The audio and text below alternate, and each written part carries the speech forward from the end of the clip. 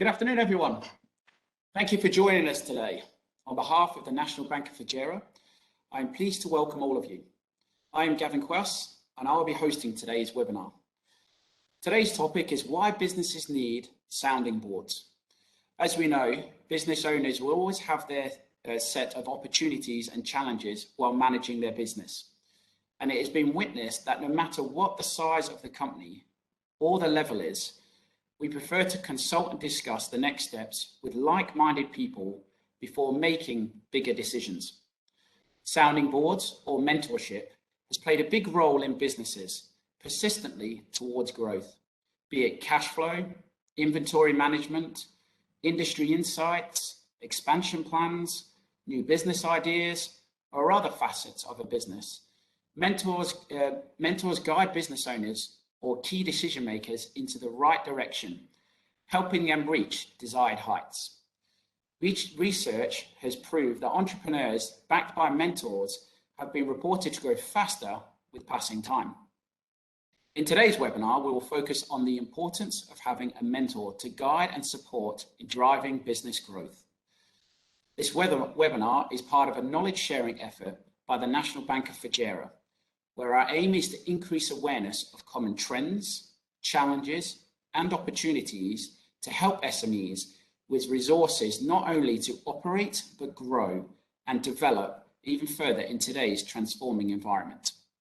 Our efforts and services are continuously recognized by a number of industry accolades, including the recent titles of the Best SME Bank and Most Innovative Emerging Technology Implementation by MEA Finance Awards. I will also take advantage of today's session and will remind you to not forget to register to mbfconnect.ae, a platform designed to empower SMEs, where you connect with other like-minded business owners and get updates on the industry's trends and market insights. We have an exciting panel with us today. We have John St. Valerie, Chairman of Jackson MSV, Mazen Omer, Co-founder and CEO of Edge Deployment, Neil Petch, Chairman and Founder of VirtuZone, and Stevie Lomas, Founder and owner of the Camel Soap Factory. Towards the end of the webinar, we will also have a Q&A session. So in case any questions come to mind during the session, please share them through the Q&A tab and we will address them at the end of the session as much as possible. We also have a poll running, which you'll see live at the moment. I think there's 7 more minutes to go for the listeners, which would really give an insight to the speakers around maybe some of the challenges that they face. So please feel free to answer those. So let's go on about mentoring. Let's discuss about this. Would-be business owners need assistance from others who have had extensive knowledge of how business works. Many small businesses often try to get the information from books or from classes. And while these can be helpful, mentors actually have a more helpful aspect towards business guidance. In a business mentoring relationship, a seasoned business owner meets with other new and potential business owners one-on-one to give advice and boost morale. Mentors, we have plenty of them here as speakers today, and also they will know of some others as well. But they've been there, they've done it, they've seen it all. Yet there's an astronomical number of entrepreneurs who start their careers without one. And in an age where instant gratification is glorified, it's unsurprising that many entrepreneurs and young founders do not seek out a mentor as hard as they try to find a co-founder. Just as some sort of successful tech titans that always had founders and also they had mentors. Just look at Mark Zuckerberg. He was mentored by Steve Jobs. Steve Jobs was then mentored by Mark McCullough, an early investor and executive by Apple. And then you had Larry Page and Sergey Brin of Google, who were mentored by Eric Schmidt. Statistically, research has it that 70% of mentored businesses survive longer than 5 years. And again, our speakers today, I think they'll add some commentary to that as well. In a couple of reports, the power of mentorship is known as a known fact in the corporate world. CNBC reported that more than 9 in 10 workers, or 91% of workers who have mentors, are satisfied in their jobs. according to SCORE, 30% of entrepreneurs who had just one interaction with a business mentor reported growth in their business, and 43% of entrepreneurs who had 5 or more interactions with a mentor reported growth. Research from UPS found that 70% of mentored businesses survive, as I said, more than 5 years. And TechCrunch shared that 33% of founders who are mentored by successful entrepreneurs go on to become top performers themselves. So as I mentioned, our speakers earlier today, we've got a great panel. Hello, everyone, and thank you for agreeing to be part of this. We're going to start with our first speaker, John St. Valerie. So John, if you can just put your audio on. Can you hear me? Oh, great. Excellent. John, do you want to just take a couple of minutes to introduce yourself to the wider audience? Sure, yes. So it's John Martinson Valerie. I first came to Dubai 24 years ago, which I find quite difficult to say, with my young kids as they were at the time. I came over here with a large UK financial services institution to set up their branch for the Middle East. After 3 years, for matters beyond my control, but that business withdrew from the market, and it gave me the opportunity at quite a late stage in life, relatively late 30s, to start my own business. And some of you may know that business, Links Group, which is involved in company formation and restructuring of businesses throughout the Middle East. Excellent. Thanks, John. And interesting. That's a point that I'm sure will come to the Q&A about entrepreneurs, mentors, later stage in maybe their careers. You talked there about your entrepreneur career. I guess one of the questions is, did you have a business coach or a network group or a mentor, during that timeline, and what sort of concerns did you face? It's an interesting one, Gavin, because I think really, having worked in public and private sector before taking that leap of faith into entrepreneurship, I had in the organizations I worked for, there weren't necessarily mentors, but there were coaches or perhaps change consultants from time to time. But when I took the plunge to set up my own business, it was quite scary in some ways, because it can be quite a lonely journey of entrepreneurship, particularly if you're doing it starting by yourself. So the important thing for me was in a relatively new market as well. I've been in Dubai nearly 3 years, but one of the best things that I did when I first arrived here in Dubai, without any network at all, either professional or social, was to join the British Business Group, Dubai and Northern Emirates, and have been a member ever since. And that group of like-minded individuals, as you mentioned earlier, maybe sounding boards, enabled me to build a network of both professional colleagues and personally or socially as well, that really helped me in the development of my own business. And I think looking back now, and when I was just thinking about this opportunity to speak today, also one of the things that I did, and I'm not sure why or where I initially got the advice from, but within the second month of starting my own business, I took on a non-executive director, not someone that was experienced in the field that we were working in, but someone very experienced in the region, and an Arabic speaker and so on and so forth. And I think that looking back on it, that was a good move. And so in a way, I didn't label him as a mentor, but he certainly was. I think that's probably touched on a couple of points. Network, which I know sort of when I talked to Mazin, and then also probably localized knowledge and understanding, I think is very, very key. For an entrepreneur looking for a mentor or coach, what advice would you give them in trying to find, I guess, the right balance between character, skill set, and then obviously importantly, personality fit for you in the business? Because that's a tough one, I think. It really is a tough one. So thanks for that, Gavin. There are lots of professional organizations or firms out there that supply people and matchmake basically in the mentoring space. But I have to say, and that hands up, I've never taken that formal route myself. In my own businesses, as I say, I've variously from time to time either retained or employed people to effect change, which I think does become part of the mentoring narrative. But I think getting that skill set right is, absolutely crucial.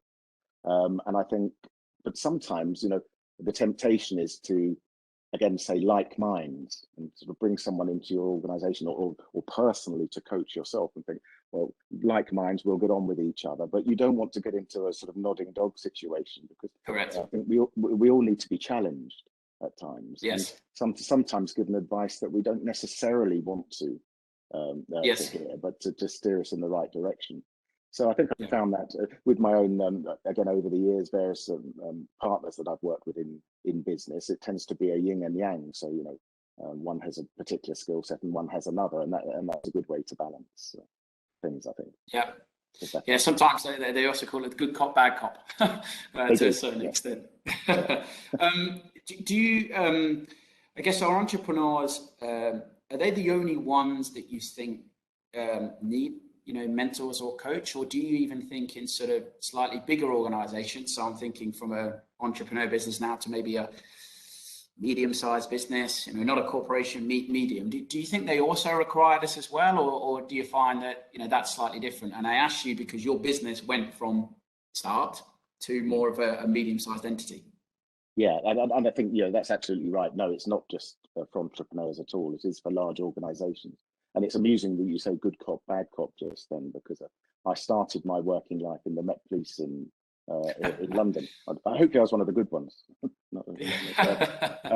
But again, something that I wouldn't necessarily label as mentorship, but just the very nature of that type of work. I mean, a young constable joining the Metropolitan Police has to do 2 years on the beat, as they call it. And you're always what they used to call, puppy walked. In other words, someone, a more senior officer would just basically shadow you all the time to steer you in the right direction.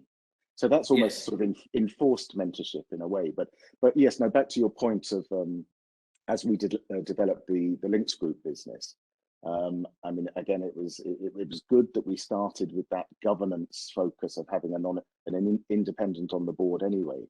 And we always continued with that as we developed, pioneered, and innovated in that space. And we chose real independent directors to hold us to account. And actually, when we exited the business, that was had a great effect on the multiple, on the valuation, because we'd taken those steps to do it. So absolutely, it's not just the individual coaching. I think can be very helpful, but large medium to large organizations as well, all organizations. Well, I try and sort of put it in the equation of, when you become an athlete, you might have a coach earlier on, and then as you get better and better, you need a nutritionist, you need something else, and your body, sort of necessarily demands to get better. You need different skill set.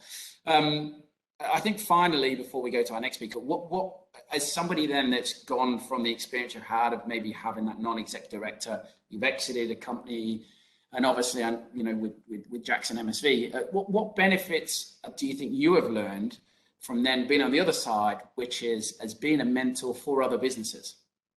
I think having been if you like, an expert in a certain business space, what I'm really relishing now and have over the last couple of years is thinking of mentorship or learning as a business owner in the 360. In other words, it doesn't necessarily mean bringing in someone with grey hair older than you that's had experiences. But for me, it's dealing with the younger generation that are far more digital savvy and that type of thing that I'm learning from as we move forward. I mean, as I sit here in a rather drab hotel room in Nur Sultan in Kazakhstan, I've spent the day, most of the day today, with our regional officer up here, who's a lawyer, but very, very tech savvy, early 30s. And what I'm learning from him is quite incredible. So I think I would encourage that as well. It can be peer-to-peer, it can be senior or more junior. We're all here to learn. Well, look, thank you very much, John. We'll get you to come back towards the end. So please leave your video on, but if you can put yourself on mute. Sure, really insightful. And what was interesting is, obviously, some of the panelists were nodding at the same time. So I think there's a lot of sort of, understanding, synergies that were all, coming out from that. So I think that's great. If I can introduce our next speaker, which is Mazin Omer. Mazin Great to have you with us. You can hear me okay? Yes, sir. Excellent, excellent. Martin, do you want to just take a couple of minutes, maybe just to introduce yourself to the audience, and then obviously I'm interested to know your your entrepreneur journey to a certain extent. Thank you, Gavin, for having me on this session. Pleasure to be on with the esteemed panelists. So just by way of background, Mazen Omer, I'm from Saudi Arabia. I've been resident in Dubai for the last 18 years. Spent the first 20 plus years of my career in the corporate world on the IT side, business executive level. Ended up with IBM in the US and then transitioned to Dubai with IBM and then a couple other corporate gigs operating large scale businesses as well as startups, and then evolved into entrepreneurship about 13 years ago. So for the past 13 years, we've been Subway restaurant franchisees. So got into the food business, as well as we had a candy store, and as the introduction, we're now launching tech purpose-driven business to help eradicate poverty by educating and employing blue-collar workers. So a number of different things.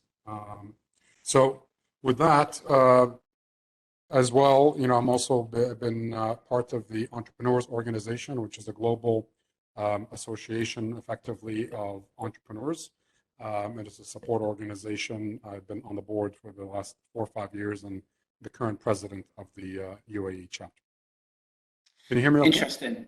Yeah, no problems at all. Yeah, no, that's, I was going to say, it was better towards the end. Again, interesting background, obviously, from big corporate to an entrepreneur journey, and probably, as John mentioned, I think you sort of mentioned there, an entrepreneur maybe slightly later in life than was probably expected comparative to maybe a younger generation of today. So, Mazen, again, like John, I'm interested to know, but slightly different, in terms of, the kind of the question. I guess entrepreneurs and business owners are often guarded against maybe talking personally about the challenges they face, whether that is work pressure, entrepreneurial journey pressure, or even personal pressure. And obviously, personal pressure impacts on the business overall. And how does a network group like Entrepreneurs Organization, how do they help to overcome or support necessarily some of these issues? That's a very good question. I think there's a trap that a lot of us fall into, especially on the entrepreneurship side, where this what does success mean, right? And I think a lot of entrepreneurs fall into that trap of having to portray a successful image, whether that being financially or status symbols, etc. And I think what happens when you are fortunate enough to belong to a solid support network is you can let that guard down, right? So you learn very quickly when you are part of these types of organizations that you can be more vulnerable, right? And you can say, yeah, my cash flow is really bad, or I'm not sure how we're going to make payroll this month, because of XYZ. And you discover that by effectively leading with your vulnerability, you get a lot more back, because then the other person goes, yeah, me too, or I had that same problem, 2 years ago, and here's what I did, to solve it. And you get that experience share, which is invaluable, because it's lonely at the top. I think John, also alluded to the loneliness of the journey. You can't necessarily have those discussions with your team members who are looking to you to assure them that it's smooth sailing and there's no issues. Yeah, look, I think that's, certainly from my time in speaking to a lot of, business owners, I think that's one of the areas I think that's critical, is that opening up. And whether that is on a business side or even whether that's personally, because it impacts on the business, the nervousness of vulnerability is, I think, the massive sticking point. But I think if they overcome that, actually what you'll find is the support network for that actually becomes a lot stronger. As an entrepreneur, so as an entrepreneur evolves and the startup moves from, I guess, a more successful business, does that entrepreneur need to adjust their networking group that will better suit their sort of, demand at that time? I think certainly there would be cause, for that, because in the early days of the journey, much of your focus as an entrepreneur is on launching the business and getting it, set up and operational, revenue generating, hopefully profit generating as well.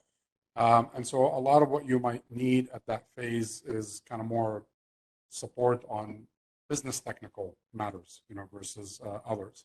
As the business grows and the entrepreneur grows and moves along in their journey, other challenges come in, work-life balance, your personal relationships, community relationships. So it's important to look at, the entrepreneurship journey holistically, right? And this is, something that I've learned, from my association with the EOs and support network, is that it's a holistic approach. If mentally I'm struggling with, keeping my spouse comfortable and secure, Yep. because I don't have a steady paycheck every month like I did in the corporate world, then that's going to impact my mental state and might make me maybe more conservative in my decision making or risk taking in the business, and so on. So certainly there's different phases and different kinds of support, as well as typically, for example, when you're starting a business, you're desperate for clients and customers. So there's different support networks that can provide that versus ones that are more targeted around the care and growth of the entrepreneur.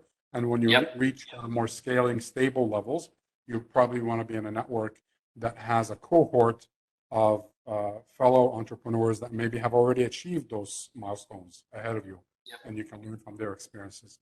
At the end of the day, as an entrepreneur, the common denominator is you are, as the Americans would say, where the buck stops, right? You're the ultimate accountable person for everything. And it doesn't matter whether your payroll is 10,000 a month or 10 million a month.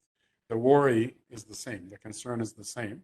And those are neutralizing factors, so you can learn from fellow entrepreneurs at all stages of development. Yeah, I was going to say, I spoke to somebody else the other day, and I know they've gone through that evolution cycle. You talk about Matt, and they've sort of moved up. But what's interesting is that they have, almost to a certain extent, in what I was speaking to John, they've actually then gone back and helped to mentor some of those other businesses in the early days, and have helped them now go through the steps that they're going through. And actually, the relationships that they've consolidated from that has only made it even more stronger.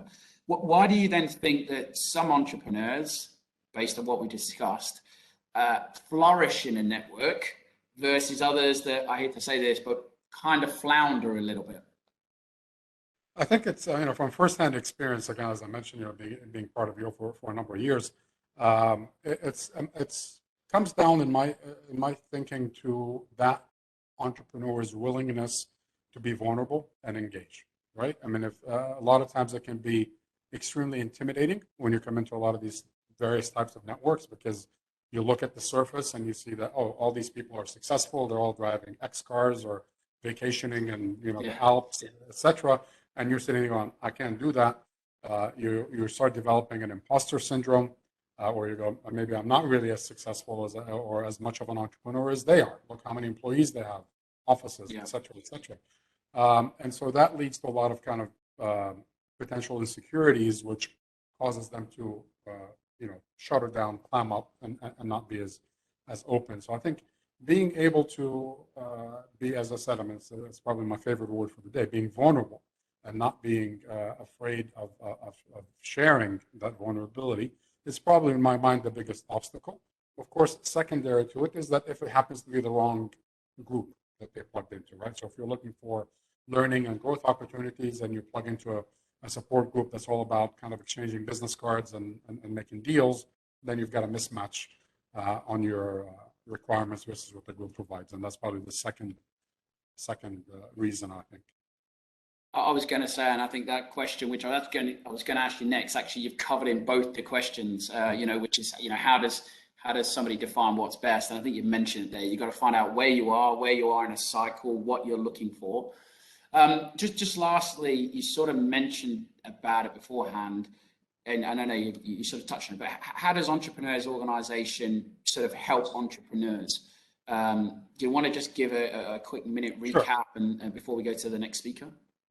Yeah, I mean, at the risk of it being a shameless plug, but it is a wonderful organization. It's really all about, our mission is to help entrepreneurs learn and grow. And that's a holistic approach, right? 360. So we'll look at the individual, personally, the business, family, and community, because that's all part of what makes us up as entrepreneurs. And it's a very secure environment, so high level of confidentiality. We have subgroups, we call them forums. They function as kind of your personal board of advisors that you meet with on a regular basis, monthly, and share concerns that you have, and they share experiences. So it's a very well-structured, organized engagement model, plenty of learning opportunities, social opportunities, etc.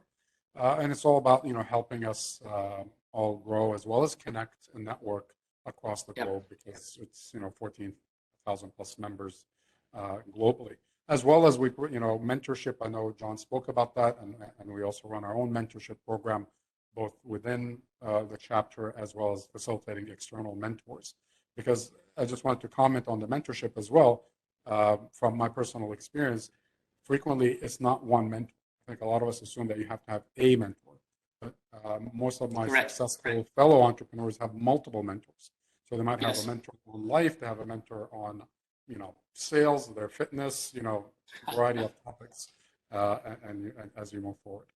I was going to say, I think that comes back to my athlete analogy. You've got the athlete. The athlete needs a life coach. He's got a personal coach. He's got a nutrition coach. He's got a business coach. Exactly. Well, look, Mazen, thank you very much. You've been really insightful, and we'll get you to come back with questions again towards the end. So if you just pop it on mute, I'm going to introduce our next speaker. Now, if some of you are having trouble because the slides aren't working, my apologies. Hopefully that'll get fixed, but if not, you'll be able to have this afterwards at the end of the presentation. So I'd like to welcome Neil Petch. Neil, can you hear us okay? Certainly can, Gavin. Enjoying listening to my fellow mentors and panelists. You've got your audio working. Great. Neil, do you want to just give a minute's overview on Virtue Zone? I know you're on the radio and people hear about it, but it's always nice to give that back. Biggest challenge of my decade. Keep it to a minute. Listen, firstly, MBF, thank you very much for having us, and it's an honor to be on with the esteemed John and Mazen. I'm Neil Petch. I've been in the country. Don't be fooled by John's grey hair. I've been longer, 28 years. And it's been a brilliant 28 years, and I couldn't have done it without several mentors, starting 55 years ago with my father, and actually some remote mentors. So I've looked and learned from my dear once competitors at Lynx to many people over the time. And in my career in the UAE, I actually launched a publishing company, ITP, before I launched Virtue Zone.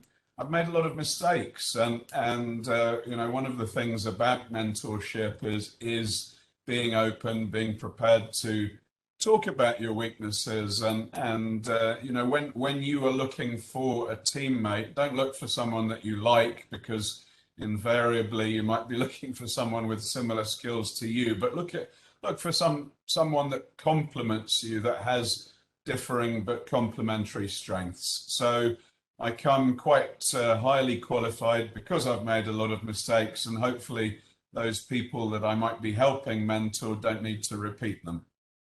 Well, I think you've probably just shown some vulnerability, so Mazen's already given you the thumbs up.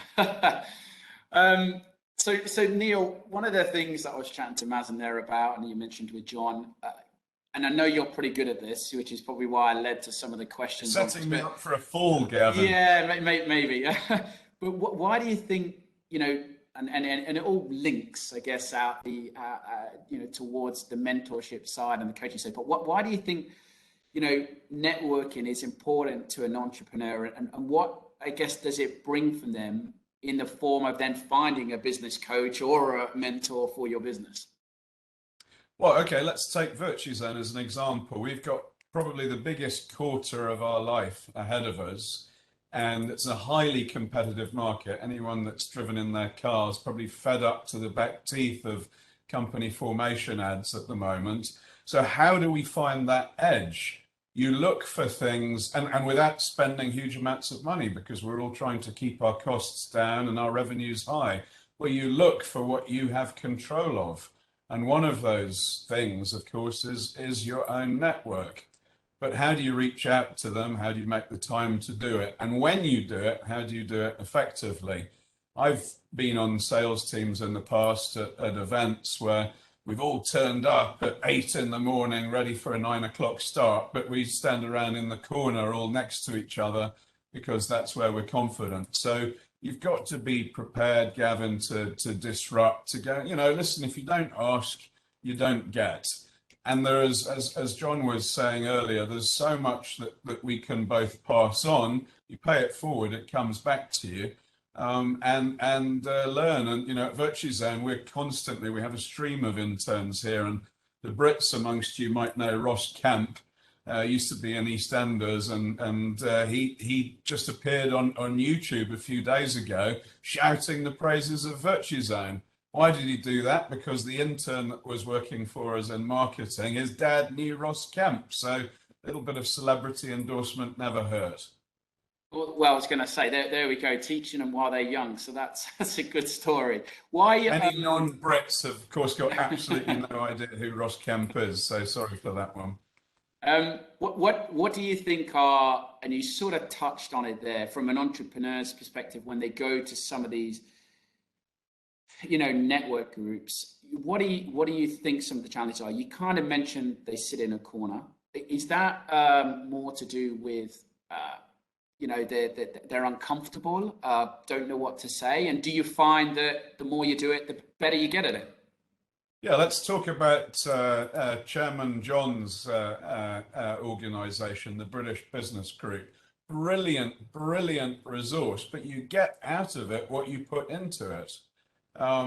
So the ammunition that you've got there, the reputation of people, the knowledge of people. So it's the classic, you just need to Google this. When you're seeking to have a mentor, look for people that have experience in those areas, ask them. And one of the biggest mistakes people make actually is embarking on the wrong journey.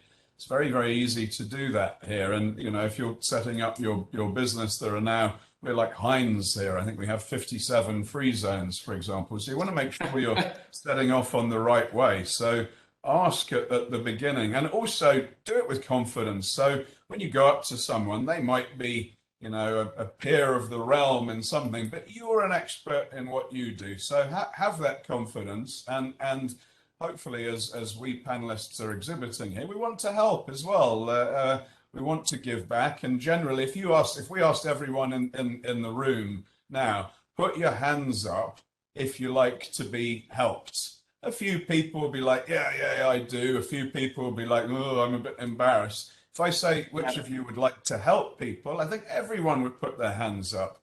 So don't deny us the opportunity to help. Yeah, look, I think that's an interesting piece. I've always taken the consensus that, you're always looking to help people, and it comes back later on in abundance. You don't want to ask for it, and I think if you're always thinking ahead, then that really helps them. Just one of the pieces you kind of touched on, and you talked about your journey, and I've asked this question, I guess, to Mazin, but probably more from yourself there, because you'd come from a different industry, so you'd moved from one industry obviously to a completely different. Did you find that that you had to change the networks that you were looking at, or the mentor groups in that, because it is a different sort of industry, if that makes sense? It's a brilliant question, Gavin. I tell you, I haven't prepared you for that one, by the way, so there we go. I set up ITP. I had a whole bunch of magazines, Arabian Business, blah, blah, blah, blah, blah. And as such, you go to an event, and let's face it, media gives you power. People want to impress you, be friends with you, etc., etc. And this will apply to a lot of people in Dubai. Dubai is amazing because it gives you the opportunity to transition from one industry to another. But sometimes it's easy to get too big for your own boots. If you're in a massively important job at an Emirates or at a publishing company, when you pick up the phone, people answer. When you become an entrepreneur, suddenly that might not longer be the case. You're sort of living on yesterday's reputation. So dealing with that challenge dealing, with being a little bit uncomfortable. Actually, it really, in my case, it was the making of me. I had to do something differently. I quite enjoyed not being at 3 events every evening saying the same things 1,000 times round. But it's about how you embrace it. It's about, when you need to jump across a river, if you start worrying about whether you'll be able to, then you probably won't. So yeah, you've just got to go for it. And I think lastly, because we skipped a couple of questions, but I think that question, last one, I threw you under the bus with. I think that's pretty an interesting one. But how can, again, and has it happened for you, a network group lead you then to having that right mentor or the right coach? So, for example, I'm probably the gentleman that I'm talking with today are on several groups. I'm on WhatsApp groups, and it's amazing the wealth of information that comes through. And knowledge is power, data is oil. You've heard all of these things before, but yeah. So I am every day benefiting from the various networks I have. And another thing I think is staying fresh. If you do the same thing every day, how can you be full of energy? How can you innovate? So, try and improve yourself, try and get a new skill. John was really talking earlier about reverse mentoring, where, there are so many areas. I mean, I don't know if the gentlemen on this panel were able to turn on their video phones by themselves, but I depend on youth to teach me that. There's so much that we can learn. Mazen spoken about mental health. We all had a different attitude to that now. As a business owner, you need to embrace it. You need to respect the fact that people are prepared to admit things that 20 years ago we were taught to have a stiff upper lip. But at the same time, you need to provide strong leadership. So listening to everyone in order that you can do that. Look, I think that's been really, pretty insightful, and I think there's a good couple of takeaway points from there. So again, Neil, thanks so much. We'll get you to come back for the Q&A shortly. So if you just put your thanks, Gavin. Audio on mute. Thanks so much. I'm going to come to our final speaker, Stevie. Stevie, how are you? Okay. Good. Good. Thanks, Gavin. Excellent. Can you hear me clearly? Yeah, no problems at all. Yeah. Stevie, do you want to just take a minute or two just to explain about yourself and the business, and then we're gonna go through your journey, because I know it's interesting. Yeah, well, my name's Stevie Lomas. I've been here, like everybody else, quite a long time, so coming up 20 years now. And I worked in the corporate world for about 30 years. And so I probably started my business later than most people, in my early 50s. Decided that actually I didn't want to go back and work for anybody else, and started my own business, which is the camel soap factory. I'd kind of spotted that there was a bit of a gap in the market for gifts, and at that stage, when you walk through the airport, you could buy, camels made in India or China, but very little that was actually made in the UAE. So I decided to develop a soap made with camel's milk. And the rest is history in terms of what happened with the company. But it's a subject I'm really passionate about, Gavin, mentorship and coaching. I've had the good and the bad in terms of mentors and coaches. I was going to say, you sort of mentioned that there, and that leads directly into, I guess, the first point. Let's start with what have been some of the major benefits maybe that you've received from this. Numerous. Whether it's a mentor or a network group. Yeah, I mean, initially I worked with both mentors and coaches, and I think one of the most important thing, as anybody who starts a company knows, is that when you've got a startup, you're doing everything. You're the finance manager, the sales manager, you're the driver, you're the team maker, and often you're the cleaner as well.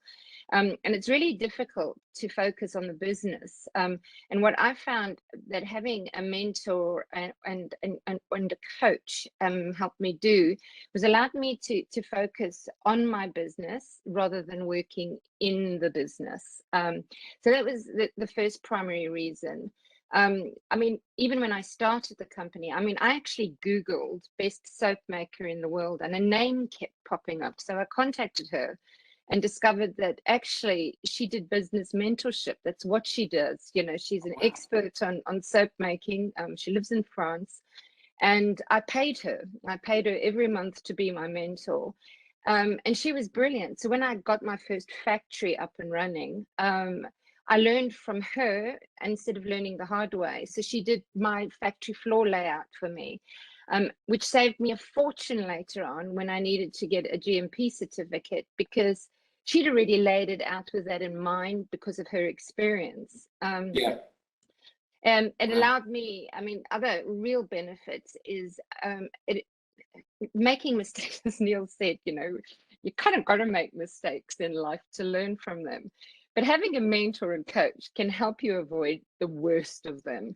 And it's faster to learn through other people's mistakes, to be quite honest. It does avoid making to business. And John alluded to this. Business can be a really lonely affair, particularly running your own business. And having somebody that you can offload to, whether that be a network. I belong to EO as well. So that's where Mazen and I know each other. You know, having a network to offload to, or having a person that you can speak to openly and with great vulnerability makes a massive difference to business success. Yeah, and I was going to say that I know probably, you know, I've been an entrepreneur, but in the ones that I've spoken to, being able to, as you say, offload to somebody outside of your personal environment, I think also allows you to keep that sort of continuity at home. How do you spot when a mentor or a coach relationship is not working?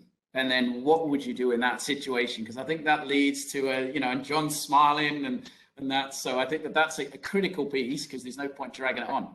Yeah, oh lordy. I mean, I've made mistakes with mentors or coaches as well, and it happens. I think the most important thing is you've got to really be honest with yourself and know when to call it time. You know, I learned a few things. We did hire a company at one point, and I got a little seduced by the suits and the experience.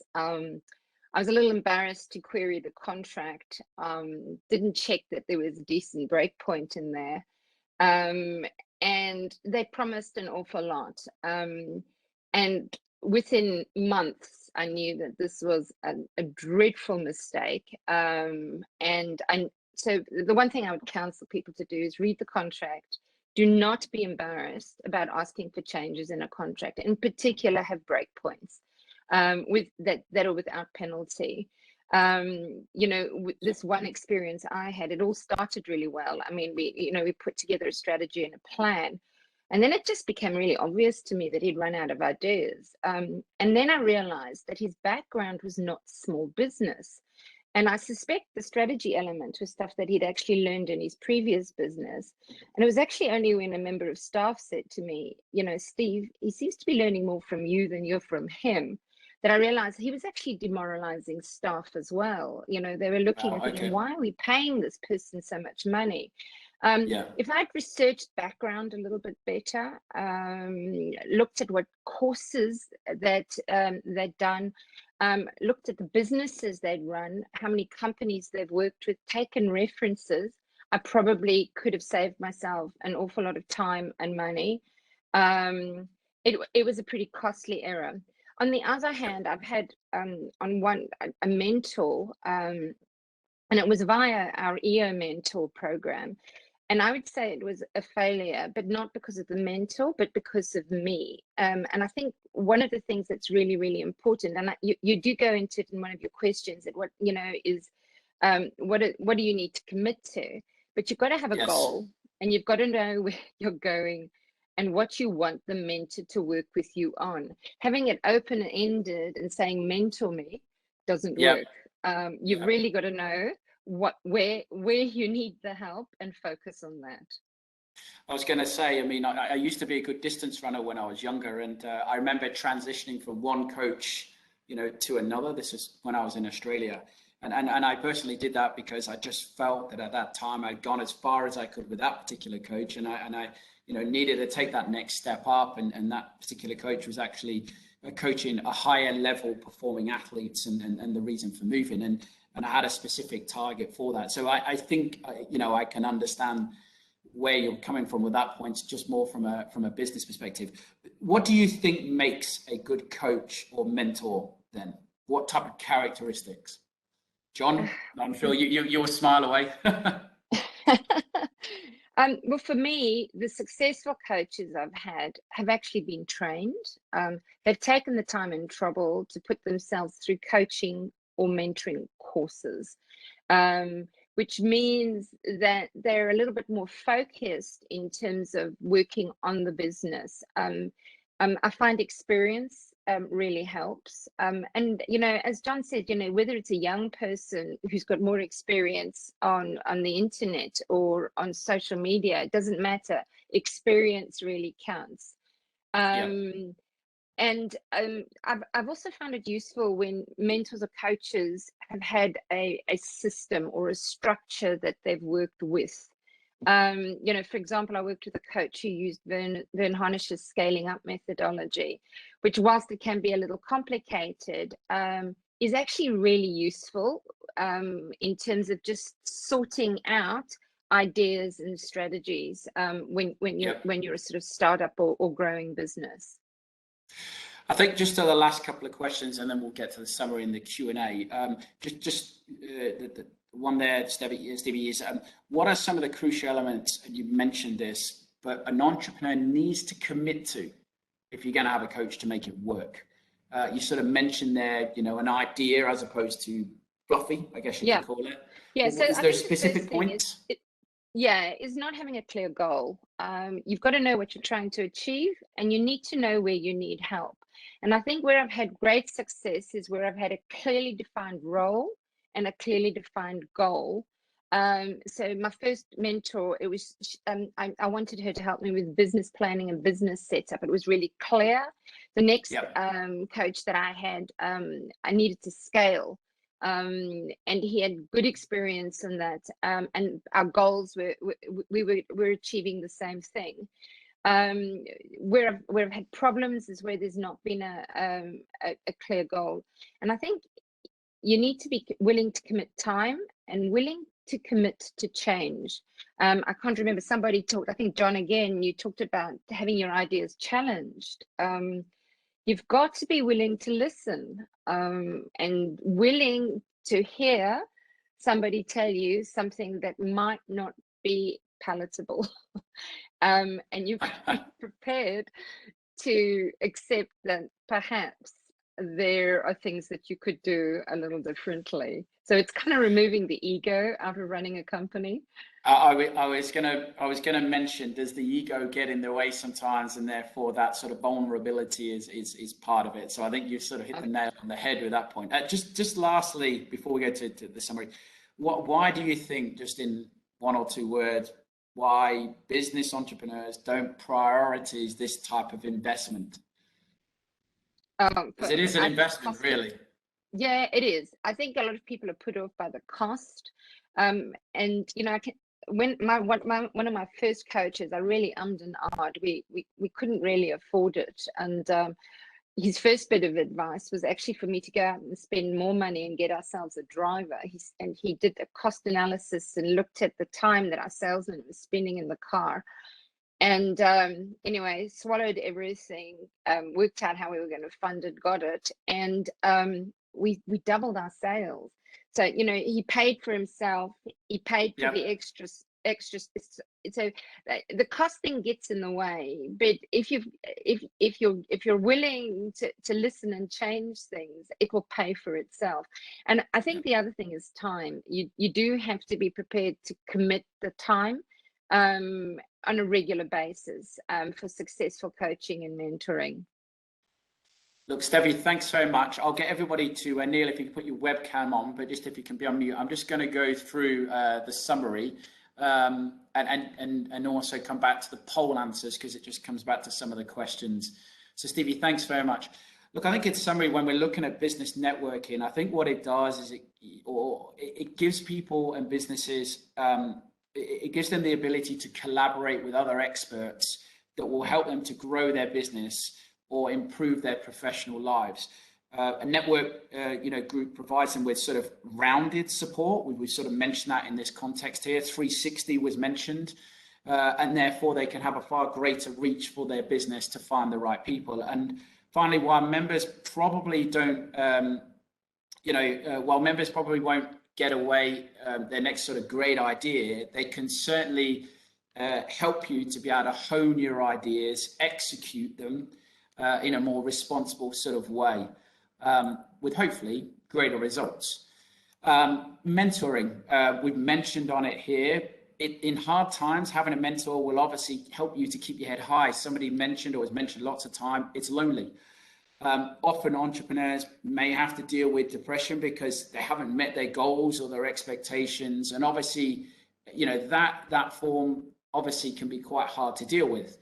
A mentor who has probably experienced the roller coaster, the highs and lows of running a business, is obviously a perfect position to be able to give you that sort of positive, soothing words of advice that you may need, or sort of direction. And I think there's a couple of pieces here that were mentioned. You might not have one mentor, you might have lots in different areas, depending on what you necessarily need to be able to complement you with, depending on where you're at, where your journey is. And it's important that obviously those mentors are not like-minded. They fit into being able to have a contrast to where you actually are, or your character necessarily is. So look, to the speakers, thank you very much. We're just going to go to some Q&A now. So if I can get you to turn back on your audios, and I'm going to bring up a couple of questions, but there's a couple that I already have in mind. Cost, obviously, is always a sticky point for entrepreneurs, startups. Time, as Stevie mentioned, is another one. How do you balance making it cost efficient, time efficient, but then still having a mentor to be able to support you? Is there any kind of guidance or advice, from that? And I don't know whether, Stevie, if I could pick you out first, and then maybe I can move along and see if anybody else has any sort of commentary.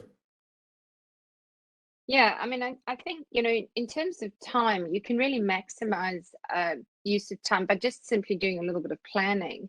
I found that to really maximize my use of both a coach and a mentor is when I spent some time looking at the issues and looking at what I wanted to discuss in the time that I had. And then allocating time during the week to work specifically on areas that we had perhaps highlighted as needed working on. It does take a little bit of discipline to do so. Any comments, John, that you'd like to probably add on that? Yeah, I'd echo Stevie's comments there, but would also add, that there has to be a real focus or a goal. I think you need to be absolutely clear as to what the purpose of the coaching or mentorship is, and then you can measure that. So it needs to be measurable, I think I'd add. Yeah. I was going to say, so I think, to be able to do it, you've got to have that specific goal, not sort of fluffy. Then you've got to be able to allocate the time and make sure you stick to that sort of time. And then obviously the cost, and what you're looking at is the return on that cost. I have a question maybe for Mazin. Obviously with COVID, a lot of the, network groups or mentors, maybe the dynamic has shifted. You don't necessarily build that sort of, maybe to a certain extent, personal interaction. How do you develop that sort of interaction and more sort of feeling when it's more through as we're doing through a WebEx, and you want to have that sort of, sort of vulnerability piece? Yeah, fair question. I mean, look, obviously COVID was quite challenging on all of us in a variety of different ways. We're fortunate that, in the UAE, situation has gone significantly better, and we're now having a lot of in-person sessions. But I think it was quite telling. I recall that when we were just in the beginning of the COVID crisis and going into lockdown and all of us trying to figure out what to do, a number of us were struggling with what do I do with my team? What do I do with payroll? How do I deal with this? There was a time when there was a lot of news coming out. This is allowed, this is not allowed, labor laws, etc. And we jumped on. I mean, we were fortunate, just an example of how powerful this was. We jumped on a call that was organized in less than 24 hours. Everybody jumped on a Zoom. There was about maybe 27, 30 of us on it. And we basically compared notes. We said, well, I'm thinking of doing 30% reduction. I'm doing, leave salaries they can take. It's all the different variety of scenarios. We walked away with, a bunch of various pieces of input that we were able to then individually formulate the appropriate policy for our business. So I think when there's a need and then there's a willingness and the right attitude, the modality of the communication is less important because the relationships are there and the trust is there to carry you through it. And in fact, in times of crisis is when you need that support the most. Neil, any comments? Yeah, I think I just wanted to touch on an invaluable commodity, and that, Gavin, is trust from your staff, trust from your customers. It's something which is easy to talk about. It can take a long time to gain and a second to lose. And let's face it, you've got to be practical about these things. So in mentorship, you're perhaps trying to, and I'm just talking to some of the entrepreneurs listening to this who are hopefully about to set up bank accounts at NBF. And by the way, another great example of networking is that we had a couple of problem cases which have just been helped by MBF, and I did that by reaching out within my network. So thank you very much, guys. But one of the things that hopefully we are achieving, John and Stevie, I think, spoke about focus, is we are seeking to build that trust. One of the ways that you build that trust is through thought leadership, establishing thought leadership for your company or for you as an individual. And secondly, within your staff, of course, to let them know that you are listening and that you do react to what they have to say. And if you've got a young and vibrant environment, then I think that is good for everybody in so many ways. So there's actually a series of very positive things. And I would always look for the silver lining. COVID has meant that we're working from home, which has meant that it's harder to have face-to-face, but it also means we spend less time traveling. And actually, we entrepreneurs tend to like doing things, and no longer can we travel. So if you reach out and grab someone, they probably more easily than before have half an hour to spare and probably don't have people talking in their ear as you're discussing it with them. So no better time. Look, I think we're out of time. I think it's been a really interesting discussion. I think if I can just ask each of you just for one comment on the topic, I just one takeaway point for the listeners. Whether we start with you, Neil, and I'll work backwards. Maybe just one sort of comment, word, or something that will be for the listeners that they can. Well, look at how the world has changed. We always used to have to go to our bank manager, and now our bank manager's coming to us. So the world's disrupting. Get networking, look for a mentor. Thanks for listening. Mazen? Ditto. Do it. Go out, find a mentor, find a support group, plug in, be vulnerable, learn and grow. Thanks, John. Yeah, keep focused and don't be afraid to ask. And Stevie? Don't be afraid to admit weaknesses and search for people to patch those. So look, thank you very much to everybody. Really appreciate it. Like I said, it's been a really interesting discussion. I think it's very, very important for the entrepreneurs in terms of you put what you get in, what you get out. So if you invest the time, if you invest the cost to a certain extent, if you're structured in terms of what you're trying to get out, it will pay dividend. But as Stevie and some of the others mentioned, it's then about analyze along the way, where do you need to move it to a different direction depending on what you're doing. thank you very much for joining us. To the speakers, thank you very much for agreeing to be part of the panel. This will be, we'll have this live on MBF for those that would like to replay it. But for now, I wish you all remain safe and hope you enjoyed the webinar. Thank you very much. Thanks, guys. Bye. Pleasure. Thanks all. Thank you. Thank you.